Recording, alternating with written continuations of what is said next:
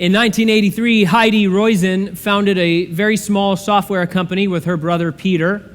Shortly after, Heidi found herself in Steve Jobs' office trying to negotiate a deal with the infamous CEO.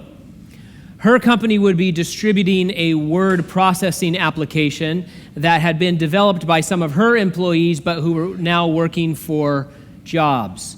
It was a complicated situation, but boiled down, the deal was that Heidi's company would do the work, but they would have to pay a royalty back to Jobs' company, Next Computers. In the negotiation, Heidi pitched Steve the standard 15% royalty. He tore up the contract, handed her the pieces, and said, "Come back at 50% or don't come back." Heidi writes, "I was stunned. There was no way I could run my business giving him 50% of my product revenues. I slogged down to my car feeling like I had just blown the biggest deal of my life." Luckily, someone followed her out of the meeting. It was a friend of hers who was working for Steve Jobs, but also working in the background of the deal. And he gave Heidi this advice. He said, "Make it look like 50%. Figure out a way to make a contract that you can live with that says 50% at the bottom." And that's exactly what Heidi did. She moved figures, adjusted calculations. It was all legal and all above board, but she made the contract say Steve Jobs was receiving a 50% royalty on all the software shipped. So they inked the deal. But later, Steve Jobs would joke that he made more money collecting interest on his bank account than the deal he had forced on Heidi. That's okay. In the end, everybody was happy. The partnership was a success for her company and his. And in fact, Heidi went on to work as a global VP for Apple for a number of years. Now, in our text tonight, there is a tense business negotiation. It doesn't culminate in a mutually beneficial partnership at all. In this new deal between Jacob and Laban, each participant has very different goals. Jacob is trying to build up enough resources to leave Haran once and for all. And Laban, well, he has no interest in letting him leave with his wives and kids. And so Laban uses his position to not only cheat his son-in-law, but also to try to ensure that Jacob will never have enough resources to set out on his own. It's an ugly situation that deteriorates right from the get-go. Luckily, Jacob has a friend working in the background who has his best interests in mind and shows him exactly what to do. So let's begin at verse 25. We read, "After Rachel gave birth to Joseph, Jacob said to Laban, 'Send me on my way so that I can return to my homeland.'" After years of passiveness, Jacob becomes animated and decisive once again. There's something about Joseph's birth that seems to have lit a fire under him. Maybe he was worried before that without a child, Rachel might choose to stay with her family rather than travel with Jacob and the others. We've seen previously that in this culture, even though the dads are giving their daughters away and things like that, it seems that the ladies have the option to go or not go. We've seen that with Rebecca, and maybe that's what's happening here, that being childless and being in this brutal relationship with her sister Leah and then these two maids and all of that, maybe Jacob is worried that she'd say, "Hey, I don't want to go at all. I'm just going to stay here and play out my string as a spinster in my regular home." But now she has a baby, and maybe that kind of helped him think, okay, she's going to stay as my wife and I'll be able to move forward. But more importantly, we learn in chapter 31 that Jacob had received a dream from the Lord, and in it God had said directly, "Get up and go home. Get back to the place where I want you to be." Like the prodigal son, Jacob finally starts coming to his senses, and we can almost hear him saying to himself, "Man, what am I doing? This is not my home. I have got to get free. I have got to get back to where I'm supposed to be." Verse 26, Jacob says, "Give me my wives and my children that I have worked for, and let me go. You know how hard I've worked for you." It's clear that he did not feel free to go. He speaks to Laban much like Moses speaks to Pharaoh later, saying, "Let my people go." The previous agreement that Jacob had made with Laban was finished. It was completed. He had worked 14 years for Rachel rather than for money. Jacob still owned nothing in this foreign land after all that time. Now, try to imagine having the responsibility of providing for 4 wives and at least a dozen kids, but you have no money, you have no flocks, you have no property, and really you have no prospects other than getting back to your actual inheritance, which is just waiting for you 500 miles away. Verse 27, Laban said to him, "If I found favor with you, stay. I've learned by divination that the Lord has blessed me because of you." Laban has no intention of letting Jacob go. In fact, later he's going to angrily insist that Rachel and Leah and Bilhah and Zilpah and all the kids, he says, they belong to me. They are mine. The women are mine. The children are mine. All of the sheep are mine. All of the goats are mine. He just says it outright, whether it's true or not. And so Laban does everything that he can to keep Jacob from scratching a living together and becoming independent. And he tells us why he's super interested in keeping Jacob around. He says, "The Lord has blessed me because of you." Laban had become a very wealthy man thanks to God's blessing, and he had no interest in sort of turning off that tap, right? That mine was still producing as far as Laban was concerned. Now, let's also not forget that Jacob is 100 years old at this point. He's no spring chicken.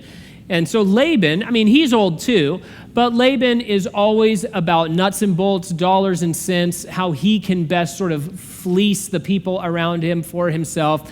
And he's probably thinking, I'm already working this old man to the bone.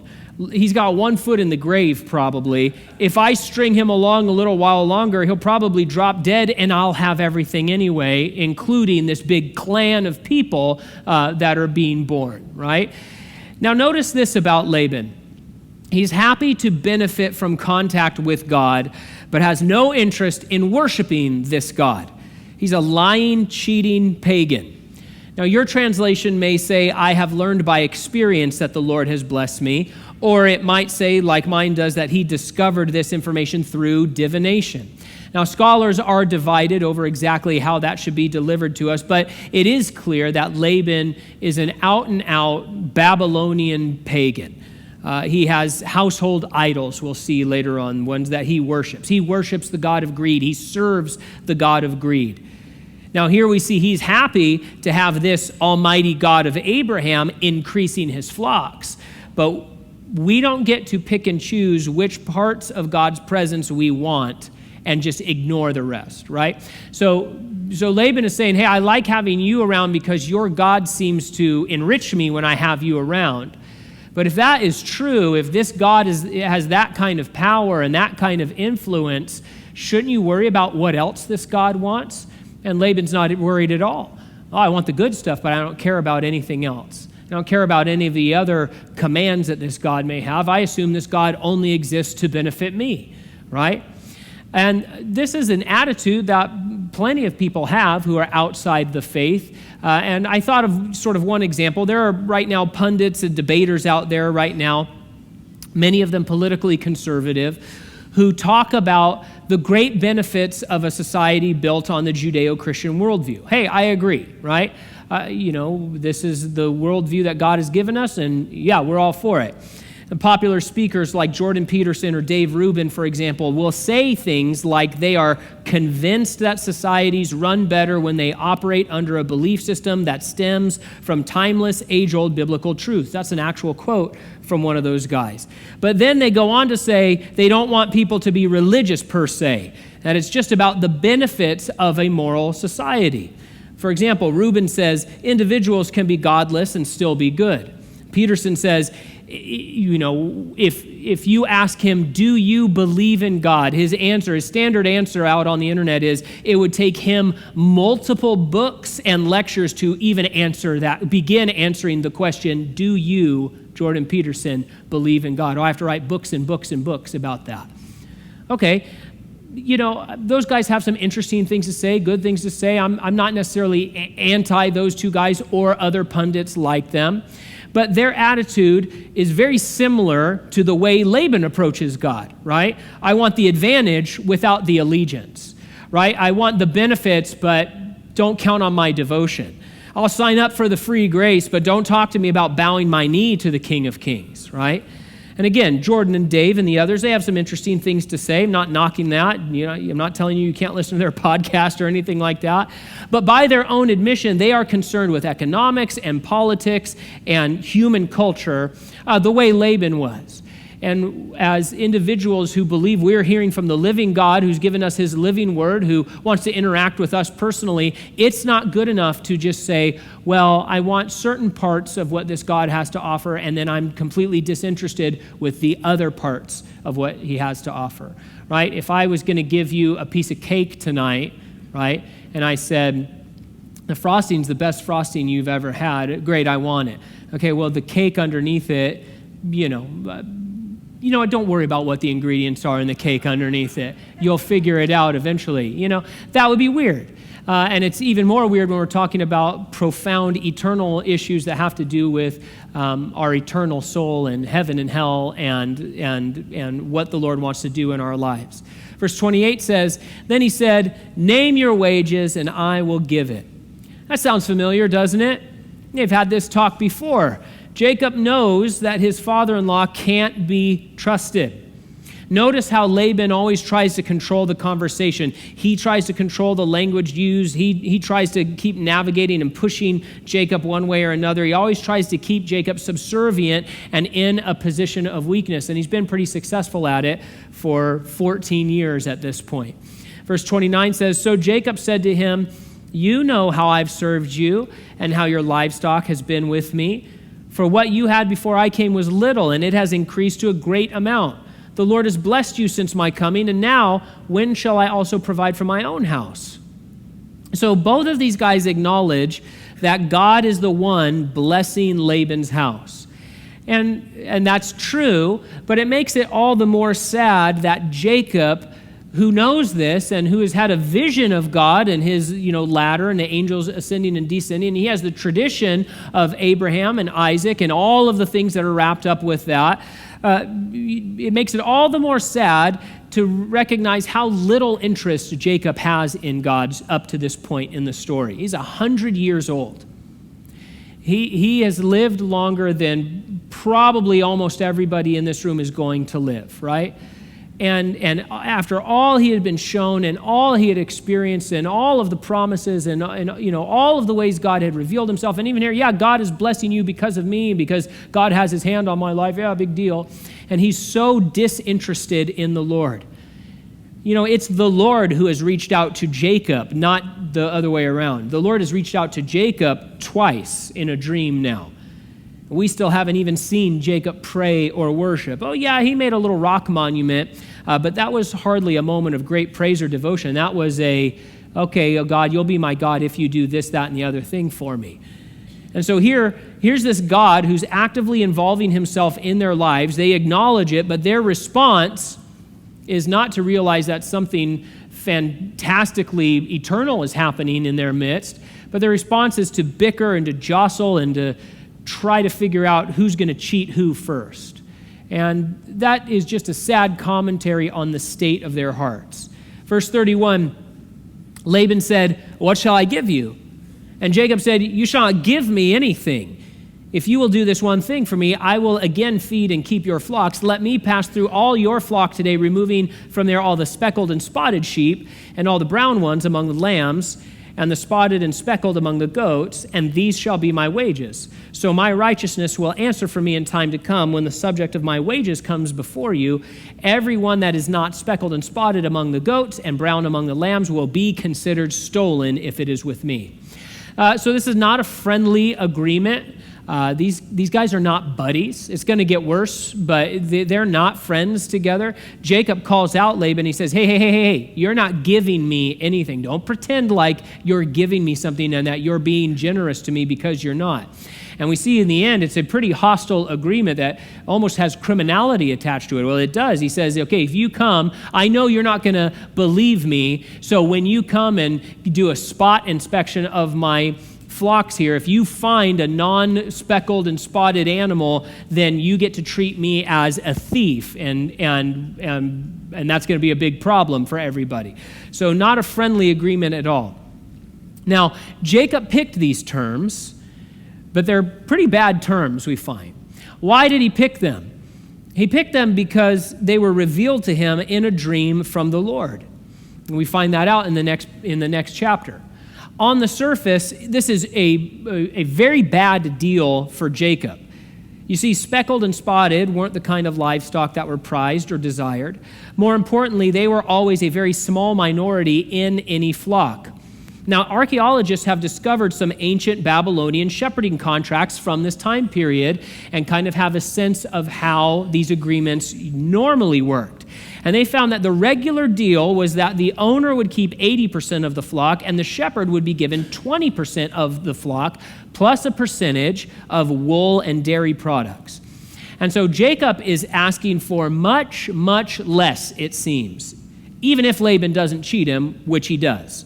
So why would Jacob set these terms when he's the one coming to the negotiating table? Well, this is God's idea.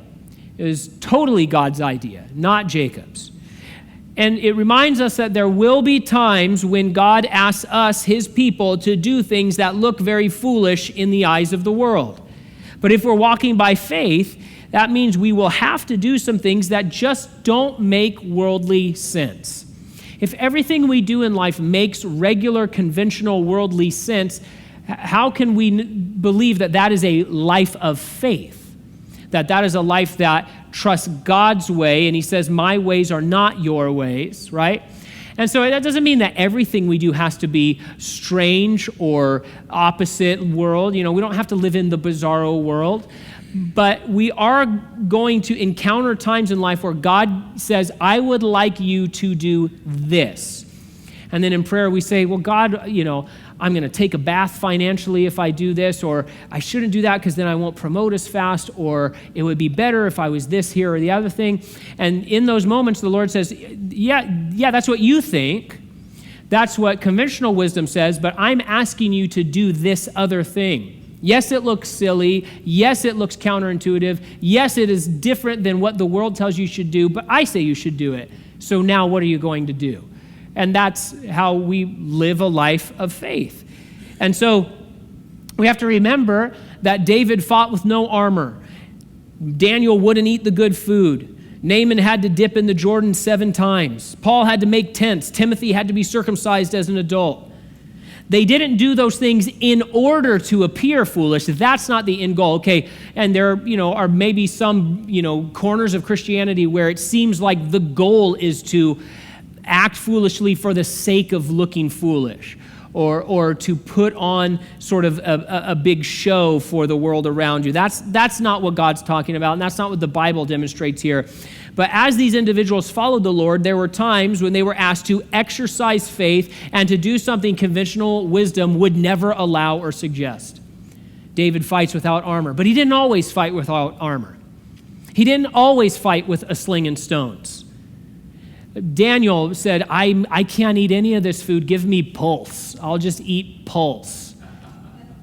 Since my stroke, I was having them before, but since my stroke, I have these spinach smoothies every single day.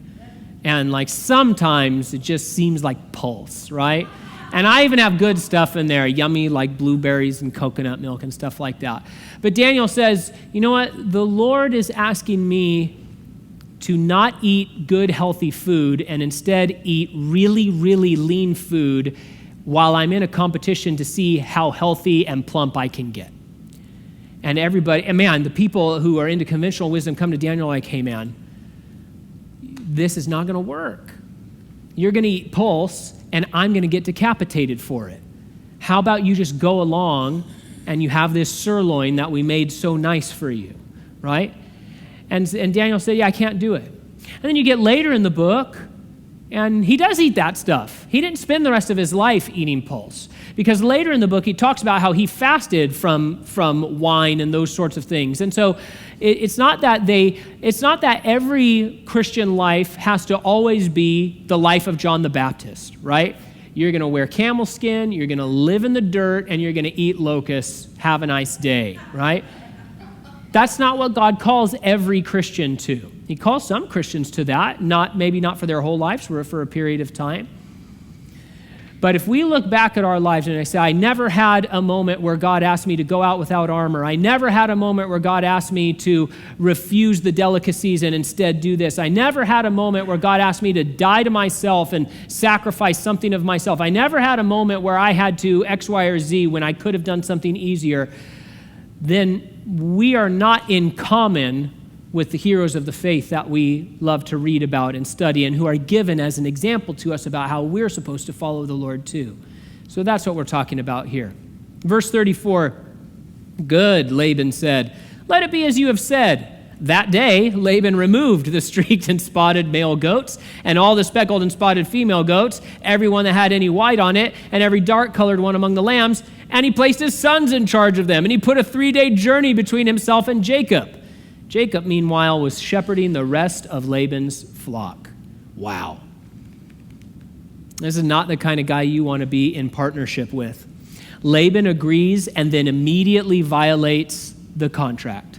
What did Jacob say? He says, let me go through the flock. I'm going to pull these out. Those are going to be my wages. And then moving forward, any others like them will be my wages. Laban says, this is a great idea. Hang tight real quick, and called his sons and is like, go ahead and clean out all of those and head for the hills, and then there won't be any speckled and spotted. It's incredible. What's amazing about Laban is how brazenly he cheats people. Back when he sent Leah to be married instead of Rachel, he did so in front of the whole community at the party, remember, making Jacob a laughing stock.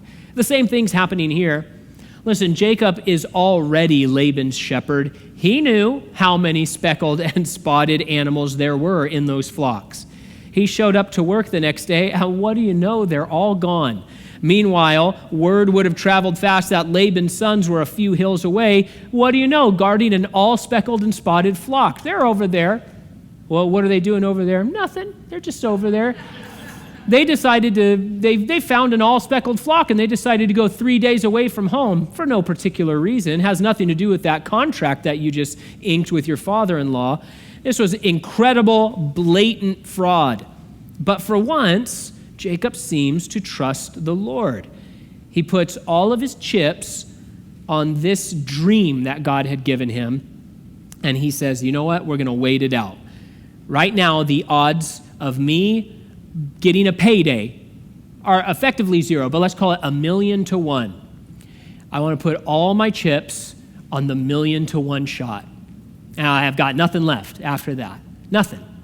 And the fate of my family, the fate of my future, it all rides on this. But we see he's finally starting to trust the Lord. And it takes time for little sheepies to be born and grow up and to make a bigger flock. Jacob will wait and work for 6 years before finally making his move to free himself from Laban's tyranny once and for all. And man, they were 6 long years. Remember, Jacob would effectively have 2 full-time jobs now, watching his own fledgling flocks and trying to build it up, and then also overseeing Laban's flocks and herds too. And sure, after a while, he would have money to hire servants, we see, but not at first. It's just all him. And so these were long, hard years, and once again, Jacob's 100 years old. I don't think we want to be doing this kind of work on the backside of the desert when we're 100 years old. Verse 37, and Jacob took branches of fresh poplar, almond, and plane wood, and peeled the bark, exposing white strips on the branches. He set the peeled branches in the troughs in front of the sheep, in the water channels where the sheep came to drink, and the sheep bred when they came to drink. The flocks bred in front of the branches and bore streaked, speckled, and spotted young.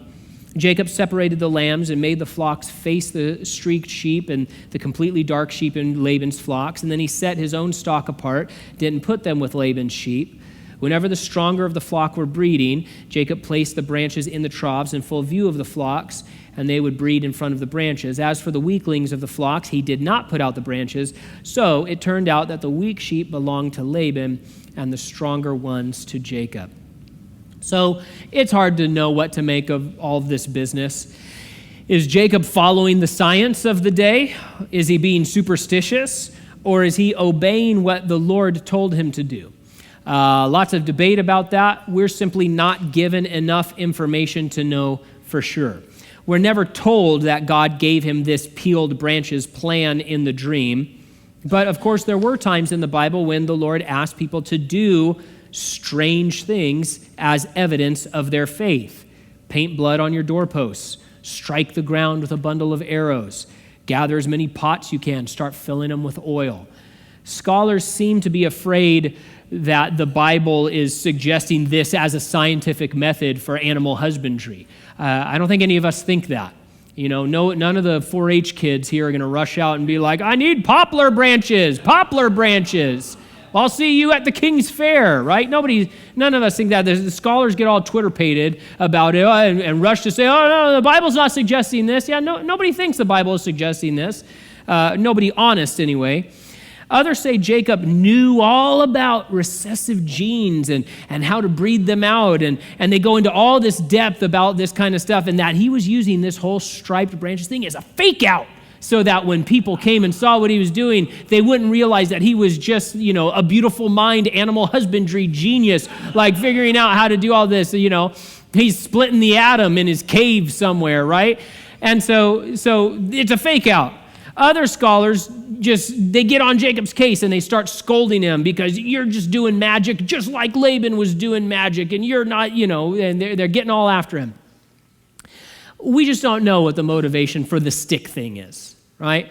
What we do know is that God was specifically calling Jacob back into a life of faith, and that Jacob was buying into that, and that he was willing to stake his future on that. And we know that a life of faith is going to demand a willingness to allow God to direct according to his methods and purposes. And it might take a great amount of time. It might seem very counterintuitive. It might make us wonder why and when. And Lord, isn't there just a simpler, faster way to get done what we both want to get done? But we have to remember that God has called us by name, and he has prepared beforehand a life for us to walk in and to discover, and that without faith it is impossible to please God, the Bible says. And so we just don't know. Did God give him this branches thing? We're not told. Is it some kind of pagan ritual? We're not told. Was that the science of the day? Hey, we keep getting told over and over again, trust the science, and then the next day, that's not science. Trust the new science, that's not science. Trust this science now, right? So we don't know. And everybody flips out about this section in commentaries, and I don't think we need to worry about it that much. Scholars reveal, and I thought this was interesting, scholars reveal that where we read the word white there, when it says he exposed the white on the branches, the Hebrew term is the word Laban. Now, I think that's interesting. That's what Laban's name means. It means white. Dr. Bruce Waltke writes, as Jacob took over Esau by red stew, of course Esau means red, so he takes over Laban by white branches. And so the question is this: should Jacob have done this? Should he have done what he did? It was God's intention to build a flock for him, for sure. But what about actively weakening Laban's flock at the same time? Because we have to read this account. We say, okay, not only was he building his own flock, he was actively weakening Laban's flock on purpose at the same time. Certainly, Jacob had an ethical responsibility to do his job well, and his job was not just to build himself a flock, but also to maintain Laban's. There is an element of divine justice happening here, though. As we've talked about before, in Jacob's life, is happening with Laban too. He is reaping what he sowed. Eugene Roop reminds us that in their previous contract, Laban had cheated Jacob, giving him the weaker, unwanted wife. Now the weaker, unwanted flocks are coming back to him. Right? And so he is reaping what he sowed. And there is an element of divine justice here. But does that mean, as we look at Jacob as an example, does that mean that we should give ourselves the go-ahead to sort of fight fire with fire out there in the big bad world? My boss did something unethical, so am I released from my own responsibilities in the workplace? Our political leaders lie, cheat, and steal, so does that mean that I get to play that game too? The Bible consistently tells us as Christians to do the opposite, that we are to love our enemies, to pray for them, to bless them, and even to help them. Not help them do evil, but to treat them as we want to be treated. Theophilus of Antioch, a 2nd century bishop and apologist, wrote this: Be it far from Christians to conceive any such deeds, for with them temperance dwells, self-restraint is practiced, monogamy observed, chastity guarded, righteousness exercised, worship performed, God acknowledged, truth governs them, grace guards them, peace screens them, and the holy word guides them. From the beginning, God told Abraham that his goal was for this family to be a blessing to the whole world. Yes, enemies would arise. The Lord had said that, but God promised to give them protection and victory to this family of faith. But the point wasn't to be, and it isn't supposed to be, us versus them, right? God's greatest desire is for everyone to be us, right? And God is going to judge sin, and God says, hey, if you will not bow your knee to me, you are my enemy and you will be destroyed. But what is God's heart? What is God's desire? God's desire is for everyone to become part of us, part of his family, part of his church, part of his redemptive plan. And so the plan for Abraham's family and the plan for us as Christians has never been to be us versus them. The goal is that the whole world would be blessed and be exposed to the gracious glory of God and shown how they too can be redeemed. So this is a raw deal going sideways, but for us it's a reminder of the calling that we have as we navigate an unbelieving and sometimes hostile world. We're to be a blessing even to the pagans around us, not at the expense of our righteousness or our integrity, but we're to live the kind of lives in our society that makes the Labans around us admit, God is obviously with you and we're lucky to have you. That's the ideal. That's the goal. And again, that doesn't always happen. Persecution happens, opposition can happen, hatred happens, cheating happens. We see that. Jacob's going to be driven out. We see what happens to the children of Israel in Egypt, obviously. But the ideal is that we live lives that reflect God's glory and his grace, and it draws the world to the Lord because of it. It doesn't mean we'll always be treated fairly or with respect. Jacob certainly wasn't. But even if we find ourselves under some Laban, we remember who our real master is. And that brings us to our final verse tonight, verse 43. Thus the man became exceedingly prosperous and had large flocks, female and male servants, and camels and donkeys. God's plan for Abraham's family did include material prosperity. That might not be a part of his plan for your life. But there's something more significant than money going on in this verse. Did you notice that Jacob is not referred to by name here? He is referred to as the man. Kind of out of place at first, it seems. It seems less personal when we read it, but there is something lovely going on here. Jacob is being referred to as Ish here, and that means the man. It's also what Adam was called back in Genesis 2. And scholars tell us that that is a word that emphasizes individuality. And here's a quote from one resource. It reflects God's desire to provide man with a companion.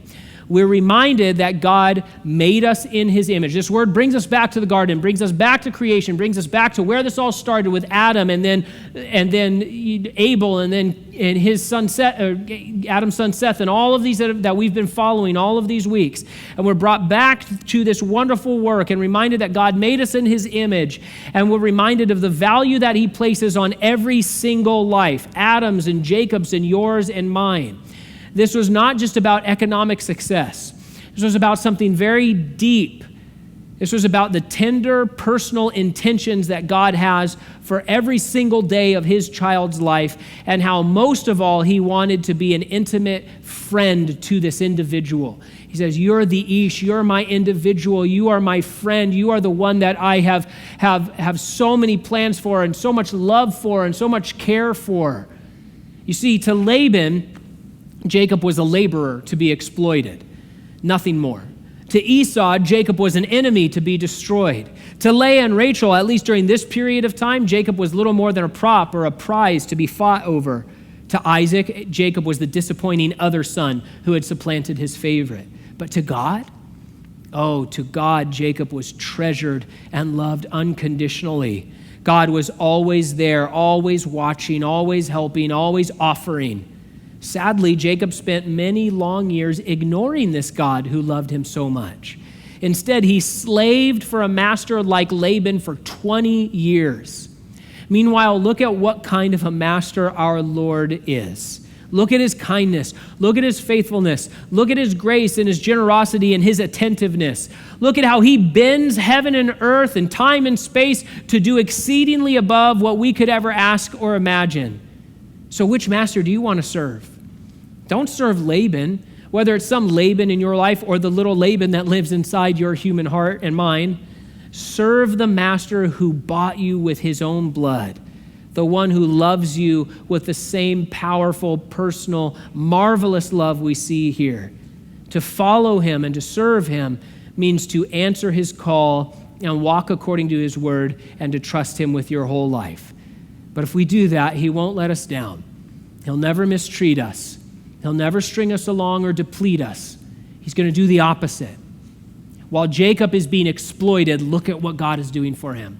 While Jacob is legally slaving for Laban, his heart has positioned itself more towards the Lord now. He finally says, okay, I trust the Lord. And now look at what the Lord is able to do. Look at the kind of master our God is.